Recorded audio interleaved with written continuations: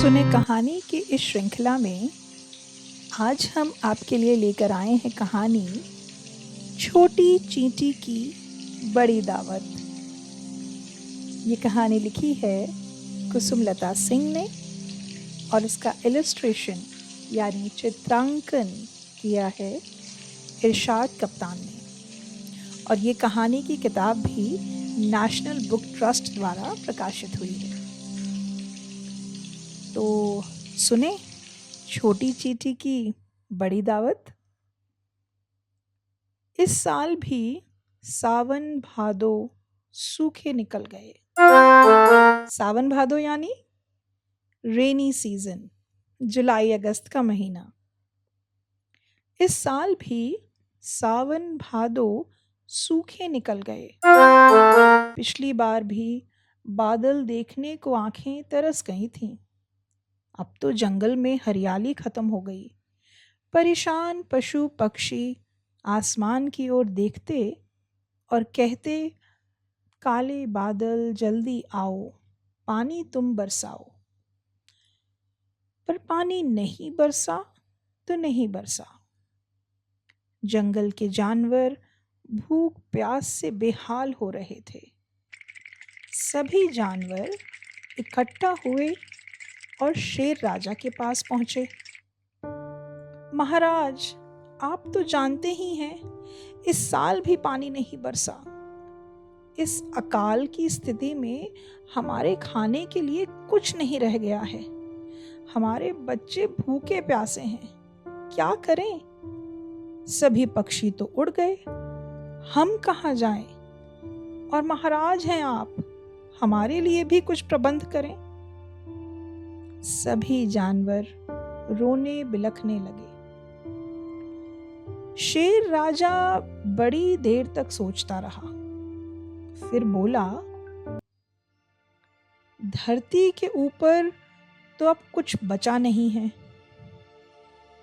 सुनते हैं कि जमीन के अंदर भी खाने के लिए बहुत कुछ होता है, पर उसे खोजा कैसे जाए? भीड़ से सांप निकला और आगे आकर बोला, महाराज, सच है, जमीन के नीचे खाने और पीने की चीजों का भंडार है, लेकिन उसे ऊपर कैसे लाया जाए, इसका कोई उपाय नहीं। ये बात सुनकर गधे को गुस्सा आ गया। यह भी कोई बात हुई? जमीन के नीचे खाने का भंडार है, होगा। जब हमें भूखों ही मरना है तो भंडार रहा करे, हमारे किस काम का? खरगोश से फिर पूछा गया, सुना है कि जमीन के नीचे भी खाने पीने की चीजें हैं। तुम तो सुरंग बनाकर रहते हो, तुम तो अवश्य जानते होगे, क्या यह बात सच है? खरगोश बहुत सोच कर बोला, बात तो 16 आने सच है। जमीन में नीचे तो बहुत बड़ा भंडार है, पर वह हमारे किसी काम का नहीं, क्योंकि उसे बाहर निकालना हमारे बस की बात नहीं है। छोटी सी चींटी खुद को दूसरे जानवरों के पैरों के नीचे आने से बचाने की जुगत लगाते हुए यह बातचीत सुन रही थी। उसने धीरे से कहा, मैं सोचती हूँ सबको थोड़ा बहुत बचाकर जरूर रखना चाहिए, यह सोचकर कि न जाने कब जरूरत पड़ जाए। मैंने उसकी बात पूरी होने से पहले ही हाथी और भैंसा गुस्से से बोले, मैं मीमी, रिरियाने वाली इस छोटी चींटी को देखो, हमारा मजाक उड़ा रही है, हमें नहीं सुनना तुम्हारी बकबक। शेर राजा को इस बात पर गुस्सा आ गया। हमारे राज्य में सबको बोलने का अधिकार है, कोई छोटा बड़ा नहीं। आप लोग चींटी को अपनी बात तो पूरी करने दें। छोटी सी चींटी ने हिम्मत बटोर कर कहा, मैंने अपने बिल में खाने की कुछ चीजें बचा कर रखी हैं, मैं उसे लेकर आती हूँ। इस कठिन घड़ी में सभी लोग उसी से काम चलाएं। चींटी अपने बिल की ओर चल दी। यह देखकर इतनी गंभीर घड़ी में भी कई जानवरों की हंसी निकल गई। सभी सोचने लगे, कहाँ हाथी और कहाँ चींटी की खुराक।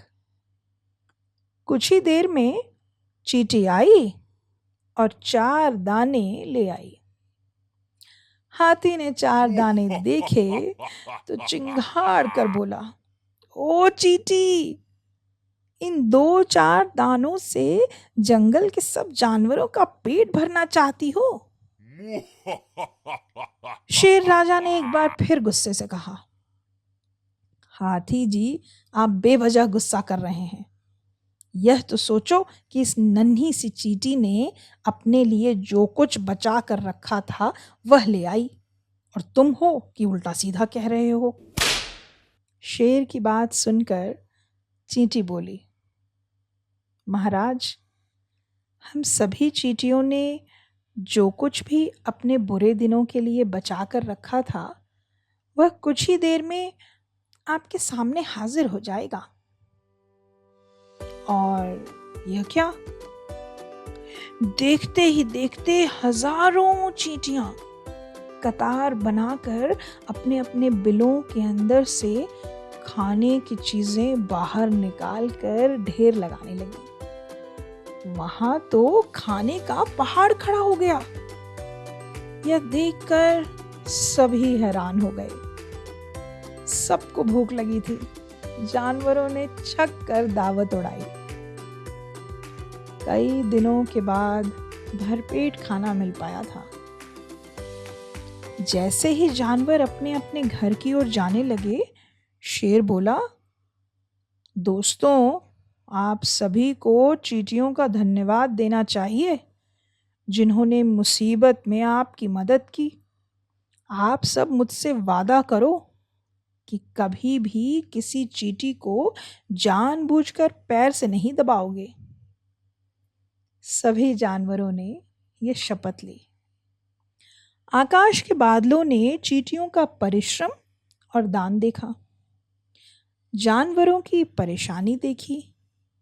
देखते ही देखते काले बादल छा गए और खूब झमाझम पानी बरसने लगा।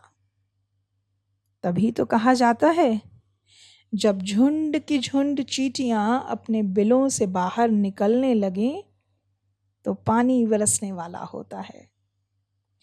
जंगल में पानी की बरसात देखकर जानवर खुशी से नाचने और गाने लगे। काले बादल आए, झमझम पानी लाए। और तब से चींटियां जंगल में बेरोक टोक घूमने लगी। जब बारिश बंद होती है तो वे खाने पीने का सामान अपने बिल में इकट्ठा करती हैं, क्योंकि न जाने कब फिर से जानवरों की दावत करनी पड़ जाए। कैसी लगी ये कहानी? एक नन्ही सी चींटी ने अपने सभी दोस्तों की दावत कराई। क्यों? क्योंकि बुरे समय के लिए बचा कर रखना उसकी आदत थी। बचत करना हम अपने घर से सीखते हैं।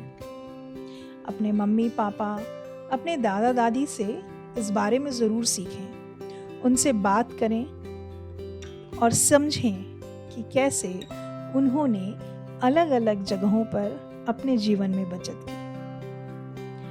अगली कहानी के लिए हमसे जुड़े रहिए।